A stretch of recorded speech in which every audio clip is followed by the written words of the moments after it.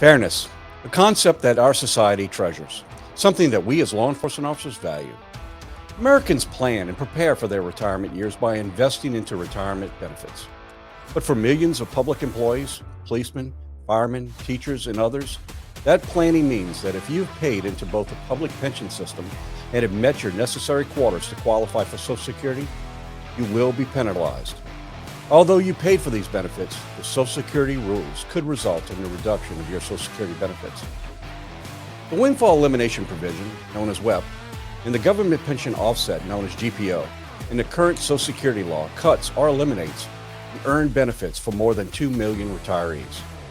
This provision has created a very real inequity for many public employees, particularly law enforcement officers, who retire at an earlier age than other government employees due to the demands placed on them both physically and mentally. And often they begin a second career. This provision cuts as much as 60% of their Social Security benefits, a benefit that they paid for just as every other American. Keeping what you earn and deserving nothing if it's not earned, that's fair. One of the FOP's top priorities is H.R. 82, the Social Security Fairness Act, which would repeal Windfall Elimination Provision and Government Pension Offset. This is an issue of fairness, as these public employees are unfairly penalized under current law. It is critical to have strong allies in Congress, especially those working to address the most pressing issues facing America's law enforcement community. Today we're joined by one of the leading sponsors of this bill, Representative Rodney Davis from Illinois' 13th Congressional District. Representative Davis has been fighting for the men and women in blue since day one. This is the Blue View. Congressman Davis, thank you for joining us today, and thank you for your support for law enforcement. You've been consistent, one of the most consistent in supporting the men in blue, men and women in blue. Could you tell us a little bit about yourself? Well, Mr. President, thanks for having me on. First of all, I got to say thank you to the brave men and women who are members of the Fraternal Order of Police nationwide who go out and protect this great nation. I cannot believe some of my colleagues here in Washington that they have an idea of defunding our police. I said from day one when I heard that it's the dumbest idea I've ever heard as a member of Congress. Now it looks like the tide's turning in favor of good men and women who are in law enforcement that do their job every day. So thank you. I'm excited to be here because I grew up in a small town. We learned respect for law enforcement. We learned that if you have a question about law enforcement, you know what you do? You get to know the people who are in charge of the police force, and you get to know people who are in charge of your community. So for me, I grew up in Taylorville, Illinois. I am in a McDonald's family. My mom and dad operated a McDonald's since I was 7, but my dad started at one in 1959 and then never left. And his dream to own one day allowed my family to achieve the American dream. So married my high school sweetheart. We have 3 kids, 25-year-old daughter and twin boys who are 21. And I'm really excited to get them all out of college in about a year and a half. So great times, great community. And I've been in Congress for the last 9 years. I'm in my 5th term. I was told I shouldn't ever run for Congress. And then I was told when I won the closest Republican victory in the nation in 2012, I wasn't going to come back. So my job was to get things done. And that's what I think we've done. And that's what I think's allowed us to keep getting reelected and really work on the issues that are important to the men and women in blue. Well, we certainly appreciate it. That explains your background and where this deep commitment comes to supporting law enforcement at small town America. So we certainly do appreciate it. You have been a staunch supporter of a number of things that are important to law enforcement. One in particular, and we'll get to that in a second. But obviously, it's kind of a volatile time in Washington, especially politically. And you have a very strong record of reaching across the aisle and working and getting things done. Where does that come from? Well, it comes from where I grew up. I mean, look, we can disagree on policy, but it doesn't mean we have to be disagreeable, and it doesn't mean we have to constantly put a red or a blue label on every solution. Look, there are things out here that we need to be doing in Washington that will positively affect all Americans, and we shouldn't put a partisan litmus test on that. I've been proud of my record. And as a matter of fact, it's a record that has allowed us to really put good conservative solutions forward. I believe some of the provisions that we're working on, some of the bills we've worked on together are very good bipartisan bills. but they're conservative solutions to problems. I was able to put together a voluntary private sector conservative based approach that allows every employer to pay down student debt for every employee. And the student or the former student who has debt is tax free gets it tax free on the first $5,250 a year. There's no grant application. All you do, if you're an employer, you want to recruit somebody, you say, do you have student debt? And if they say yes, you begin to pay their student debt for them, report what you pay them on a W-2, and that helps solve a problem. Those are the solutions that should be bipartisan. And then we get away from all the BS that we hear from some of my colleagues out here. Oh, we're just going to expunge student debt. That's never going to happen. And all it does is it encourages those who can least afford it to borrow more. So thanks for bringing up my record of working across the aisle, because I think that's what's allowed me to win tough districts and keep coming back. You know, what you're talking about working across the aisle, just it's keeping a little further with that. This is it's an election year. It's always hard to get things done in election year because elections overshadow common sense issues that really we want Congress to address. What do you think the chances are of finding that bipartisanship in this type of environment this year and getting these meaningful things done? I will tell you, from my 16 years I spent in the district in Illinois working for another member of Congress before I got elected, and up till now, this place has never been more polarized than it is today. And I think it's a direct result of the leadership that we have in the House right now, with the smallest majority that any majority has had in a generation. The polarization helps to keep members of Congress focused on the politics versus the policy objectives. And that's something that we have to consciously work to change. And that's something that I've talked with, I call him future Speaker McCarthy, because I do believe that we will be able to convince the American people that Republicans will have a different vision and we will take over the House. I'm excited for that. And I do believe that under Speaker McCarthy, we will see a change. We'll see more bipartisanship, but most importantly, we'll see more solutions get through Congress. Well, and so if we could, let's talk about that bipartisanship. You worked with Representative Spanberger of Virginia on HR 82, something that is very near and dear to the hearts of many of my members, because it affects public employees so much. And that's Social Security, Windfall Elimination, government pension offset, repealing those two things. There's something fundamentally wrong here when you ask a person to pay into a system, and then when it's time to collect that very benefit that they paid for, like every other American, the fact that they were a public employee, they're going to be penalized because they, in fact, paid into a system and can't get the money they paid into. So can you tell me, in your opinion, working together across the aisle, how can we get, I mean, I know we hit a high watermark. We're at 260 co-sponsors. Our goal is to get to that 290 in order to force a hearing, so we could put real people sitting in seats in front of a hearing to talk about just the inequities and how I think the average person in America would look at that and listen to these stories and say, that just doesn't sound right. Well, it's not right. Talk a little bit about your passion for this particular bill, why it is so important, and why it's so important to Americans. Well, it's extremely important because it's just so unfair. There are two egregious provisions that affect all of your members. It affects public employees across our entire economy. As a matter of fact, this issue was brought to my attention when I was a congressional staffer in the district office for a former member of Congress, John Shimkus.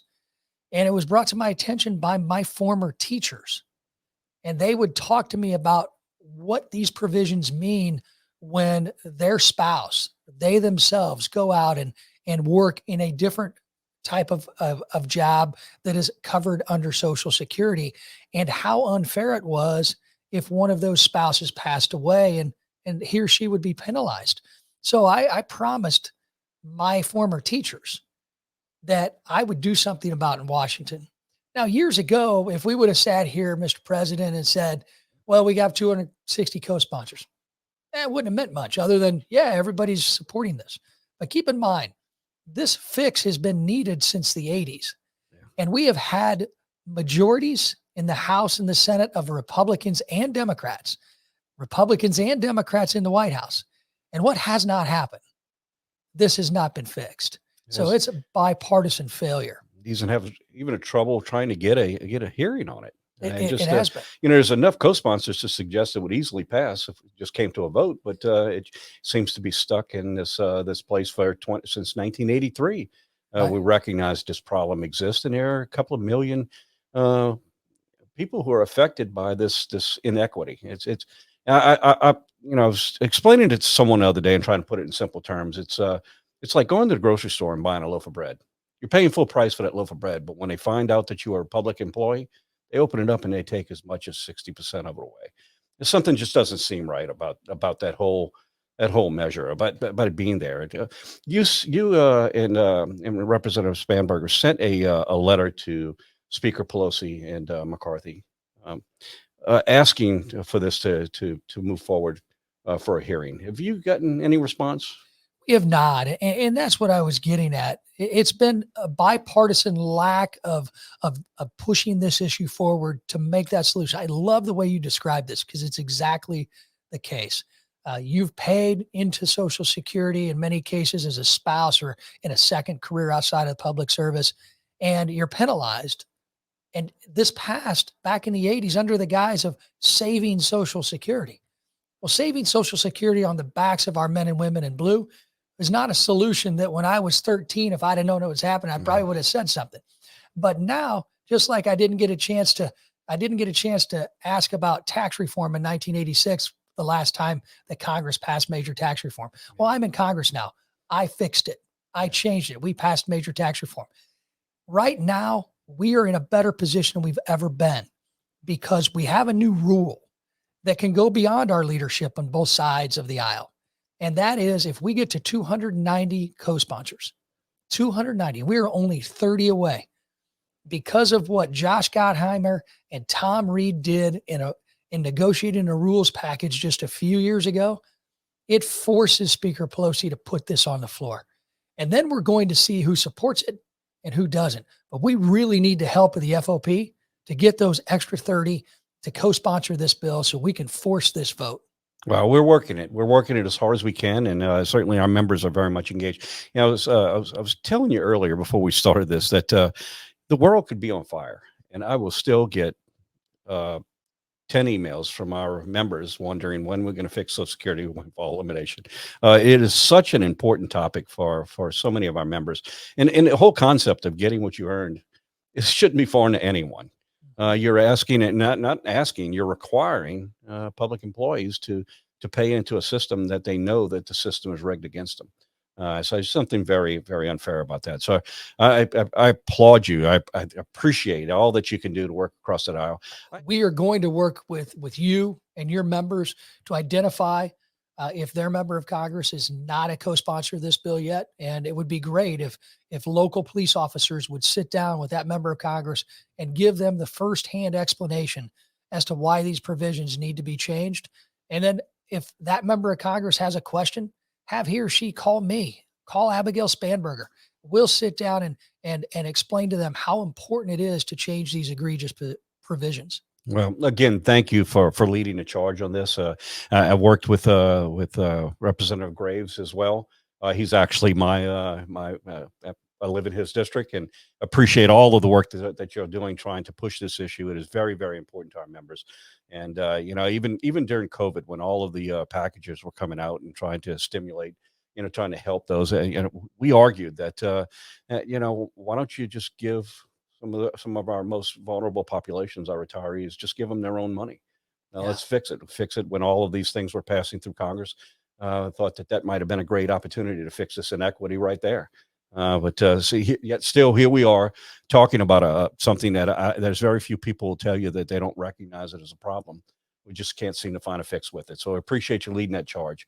You have a few other bills that are important too. The David Dorn Back to Blue Act. Can you talk a little bit about that one as well? Yeah, I think this is a must-pass piece of legislation too, and it's a way for us to tell our men and women who protect and serve every day that don't listen to the rhetoric that you hear coming from the far left. Don't listen to the TV news that it's okay to defund their job. This is going to reinvest in our men and women who protect us. And it would allow for It would allow for local cities to get federal dollars to be able to raise the salaries of our men and women in law enforcement to 110% of what the average salary would be in a local community or in that service area. It would also ensure that we protected our police, that we ensured that we're able to make sure that our cops get the equipment that they need. I mean, it's not just about having personnel. You got to have the equipment to do your job. And let me tell you something, Mr. President, I wouldn't be here today without the brave, well-trained Capitol Police officers who ran toward gunfire on a baseball field a few years ago so that me and my friends could run away from gunfire. I saw what well-trained officers do in a time of extreme danger. And that is something I will never forget. And it made me even more supportive of those men and women who are just as brave everywhere we see throughout this great country. Yeah. You know, it's law enforcement officers across this country, some 800,000 of them suit up and show up every single day in going communities across this country and provide that, I guess, the cornerstone of a free society, the protection, the feeling safe within your own homes and your own neighborhoods. And do we have areas of this country that are struggling? And no doubt, this is why we're here. Our job is to try and improve the criminal justice system as we go along and provide that safety. But there's another crisis that has happened. I focus less on how we got here because I think we know how we got here, the demonization of law enforcement by so many public officials. But what I'm more concerned in is how do we move forward at this point? History will record those, this time and how we got here. But the reality is that doing anything less than finding a path forward and to prove the quality of life and make our community safer and our job safer is really what's the most important at the end of the day. But I see a crisis looming. This crisis is growing, and I think this bill plays a big part into it. And I'd like to hear your thoughts on it. That crisis is that we're losing law enforcement officers at a pace that is so much higher than we've ever witnessed before. And what we're also seeing is the best and the brightest not picking law enforcement as a profession. And so we're seeing we're going to have a serious manpower shortage that, in my opinion, is probably going to last a half of a decade. If they flip the switch today and said, let's hire and fill all of these vacancies we have in law enforcement agencies across this country, and qualified candidates for every single one of them. If you flip that switch, you're still looking 4 or 5 years before you have a quality law enforcement officer through training and everything else before they become effective. So when you have so much experience leaving and so little coming up, to fill that gap of the best and the brightest, we have a crisis developing in law enforcement. We really do need to wrap our arms around this and find some bipartisan, open, fact-based discussion on how we fix this moving forward. And this bill plays a part in it. I'd love to hear your thoughts on that. This looming crisis that I see coming for law enforcement. Well, I couldn't agree more. This is a problem right now. It's not being solved by policymakers who are in charge. I was up with the members of the Illinois Fraternal Order of Police Organizations just a few months ago with my friend John Katko in Chicago, and stories were relayed to us. 5 people in a class for the Chicago police force, which used to have a demand that greatly outweighed the number of vacancies that were available. We have to come together and recognize that it's going to take all of us to rise up and change the perception that many politicians have created that law enforcement is not a place for young men and women to make a career anymore. And Hollywood has exacerbated this problem by putting together shows that talk about the fringe bad police officers rather than what our police officers do every day to protect and to serve our communities. So we need people that are going to be a voice. They're going to stand up and be a value-added voice to what you and your membership is saying every day. And that's something that I hope changes. And I think it may have changed as the president just the other night in his State of the Union flipped the narrative that many in his party were pushing, that defunding the police is a good idea. I'm glad that they're coming back to what I would say is the common sense side. But we need to make sure that happens. We need to make sure that law enforcement is invested in. I'm blessed.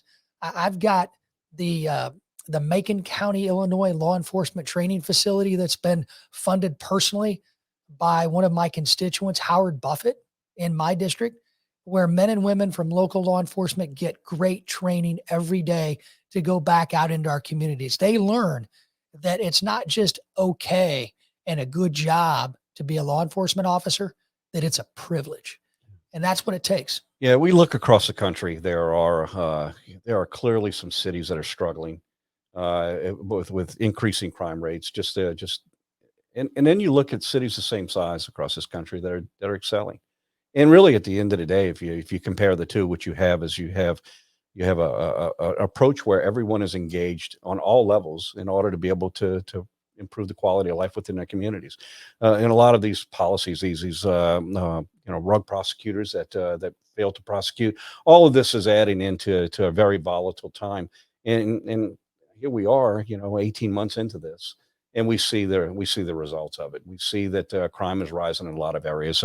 I'm very pleased to see that a lot of leaders across this country are recognizing that we need to be more inclusive in what we're doing, and I can feel that tide changing. We still have a lot of work to do. Yeah. You have another bill, the Blue Line Act. Can you talk a little bit about that one? That's HR 72. Yeah, the Thin Blue Line Act is a bill that would help to keep those criminals in jail. We need to ensure that we give law enforcement officers and good prosecutors the statutory authority to charge criminals with the crimes that they deserve to be charged for, and then put them in jail. I'm all for getting petty drug offenders who may not have given information a few years ago that the prosecutor thought they could have out of jail. But those petty drug users are out because of bipartisan work that we did under the Trump administration to take those offenders and make sure those nonviolent offenders got the treatment they need and got out of our prisons. But our prisons and our jails are there for a reason. They're for the people that are continuing to commit crimes. They're the ones that are going in and smashing and grabbing our local drugstores here in Washington, D.C. We've seen an exponential increase in violent crime and carjackings in neighborhoods right outside where we're at and in neighborhoods across this great nation. And what we're also going to do with this bill is ensure that the prosecutors can charge them with the most enforceable crime that they could have committed. But we need prosecutors that are willing to charge. And that's something you brought up. And I think the tide has turned. If you look at the last election, we saw pro defund the police prosecutors lose in places like Minneapolis. We saw the home of Chop Zone, Seattle, Washington, elect a Republican district attorney who was tough on crime. Eric Adams, the new mayor of New York City, is a former cop and ran on a tough on crime agenda. I think the tide's turning in favor of our men and women in blue. And I want to thank you and thank your membership for helping us get there, because there was a time in 2020, I felt like a lone voice in the wilderness talking about how defunding the police was the dumbest idea I've ever heard. Yeah. No, it's taken its toll. The whole demonization of law enforcement has really had a total lack of respect for authority. And it has gone much further than just law enforcement, and we see it in virtually every aspect of society today. So yeah, everybody gets a trophy environment that people think that their feelings matter more than anyone else's, and criminals don't have a conscience. Yeah. Well, and when we take away the deterrence, when we take away the consequences for bad action, all we do is encourage more. So that's what we're seeing across this country. We truly is need to get back to the rule of law and recognize that that the laws are in there are in place for a reason, and that is to have society's norms and maintain a certain level of safety within our communities. And we've lost sight of that somewhere in all of the rhetoric. We need to get back to it. Last year was a very, very dangerous year for law enforcement. There were 346 officers that were shot in the line of duty in 2021. Of that, 63 were killed. I guess even more, just as equally as disturbing, is there were 103 ambush-style attacks on law enforcement officers, largely because of the color of their uniform. And that's a 115% increase from 2020. So we see a trend happening across this country where our job is becoming a lot more dangerous. Our communities are becoming more dangerous. Our jobs are becoming much more dangerous. What do you attribute this violence towards law enforcement? I think it goes back to the rhetoric that started decades ago, that the few times law enforcement officers might have made mistakes have been that they have been used as examples to tarnish with a broad brush the great work that our men and women in law enforcement do every day. And I think it's been, I think it's been a purposeful line of attack against those like you who support law enforcement like I do. And we've seen it, as I said earlier, Hollywood screenplays, scripts on TV series, to where they want to only talk about bad instances of law enforcement interactions. You know, I serve a lot of areas in central and southwestern Illinois that we would call mini urban areas. And I go into the schools and I have gotten a question about the police and law enforcement many times when I talk to these students at all levels of education. One in particular, I remember being in Urbana, Illinois, in a high minority rate high school. And one of the kids said, "What do you think about law enforcement? How can I get a better relationship with law enforcement? We're scared." And the question I asked him is, "Do you know your local school resource officer personally? Do you know any law enforcement officers? And do you know the city council person who represents your area, who has jurisdiction over the policies of the police department and the police chief?" And I turned and I looked at the teacher and I said, "You should bring all those people in to speak to this class. That's on you. Bring them in, develop that relationship, because it's the same thing that happens out here in Congress." Because frankly, Mr. President, you know as well as I do, the majority of the American people think that we don't talk to each other out here as Republicans and Democrats, that we're constantly fighting. But when you come out and you see us interact and you see that we actually like each other, and we may disagree on things, but we'll still talk to each other and understand that we have more in common than what we don't have in common. So true. That's what I would encourage to our local law enforcement officers, to go out into our schools, become that human face, find that common ground, common interaction with the next generation. So that these messages that we get out of Hollywood, these messages we get from those who want to defund our police, that they're not accepted as fact by the next generation. Yeah, so simple.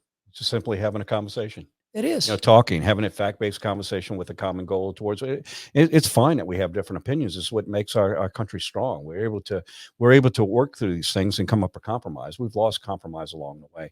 There's very little in this world that we can't solve if we were all committed to do it, and did it in a way to where we recognize that it's it's everybody has an opinion, and that opinion is important in the final result. The problem is we've become so partisan, not just in politics, but in our belief system, and not a willingness to have that discussion.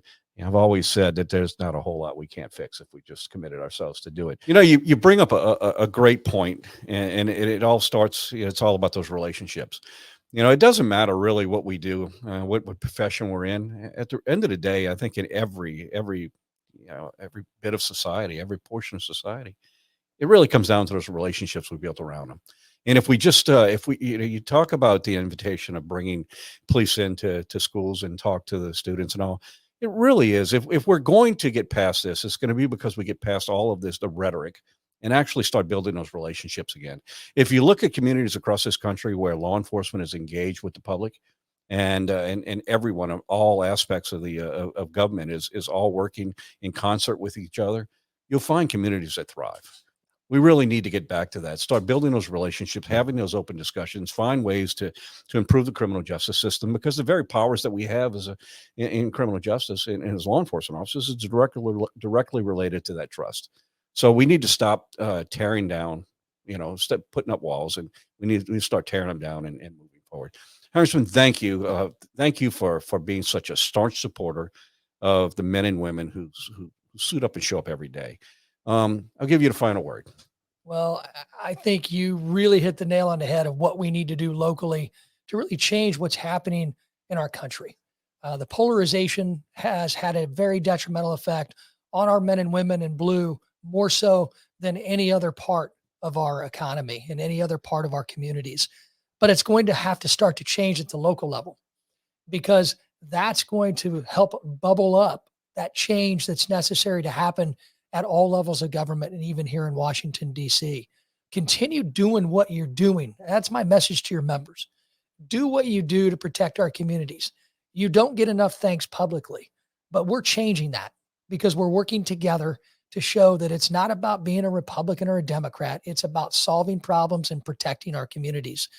Stay strong, keep doing what you're doing. And when that happens, when our communities thrive, better members of Congress come to Washington, D.C. I know that's not the case in Louisiana where you're from, where, sometimes you send good members of Congress and other times you send Garrett Graves. Garrett's a great guy. I live in his district. I think know the world that. of him. He's does a great job representing us. He does a great job. One of my best friends, but I would not be a good friend to Garrett without harassing him any chance I get.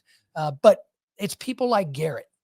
It's people like Garrett that understand that every good thing starts back home in our communities. That's why he and I are leading the charge on getting rid of these unfair provisions. We're building that consensus, but we need your help to continue to do that through your men and women that are members of the Fraternal Order Police. Well, I hope to have Garrett in soon, and he can take a few shots at you. We'll call it even. But I also want to thank both you and Garrett and others. Social Security windfall elimination is such a big, important issue for our members, and it's important to note that prior to COVID, we really had started making some great movement and building those numbers up, and we're at a high watermark. We have more co-sponsors now than we've ever had before, and it's because of that asserted effort of so many to make it happen. So thank you for hosting these meetings that we're having on the Hill, inviting in all the groups that are disproportionately affected by Social Security windfall elimination, and giving an asserted effort to try and make some change with it. I know that a lot of our members really appreciate the work that you do, and they would like to maybe follow you. What would be the best way to follow you on social media? Or well, if you get on that cesspool we call social media, you can get me on Facebook at Rep Rodney Davis. You can go to Twitter. It's at Rodney Davis. If you want to find out a little bit more about me and find out about our student loan repayment program that I think can help recruit and retain new officers, go to my website at rodneydavis.house.gov. I want to hear from you. I want to know that you're with us in trying to get these co-sponsors to pass this important piece of legislation that's going to benefit so many public employees like yourselves. But I also want to know too, what are your concerns? What's happening in your community? Because we're here, Garrett Graves, all of us here in Washington, we're here to solve problems together. Well, again, thank you for joining us today. And for those of you listening in, we appreciate you as well. The men and women listening to the issues that are so very important to the men and women who make such a difference in our communities every day across America. This is for them, talking about those important issues. So thank you and stay safe. Thanks for tuning into this week's episode of The Blue View, hosted by Patrick Yost, National President of the Fraternal Order of Police. To catch our next episode, be sure to subscribe on Apple Podcasts, Spotify, or anywhere else you get your podcasts. If you enjoyed this episode, please leave a rating and review. To get the latest from the National FOP, make sure to follow us on Twitter and Facebook at GLFOP and on Instagram at FOP National. Thanks again. We'll see you next time.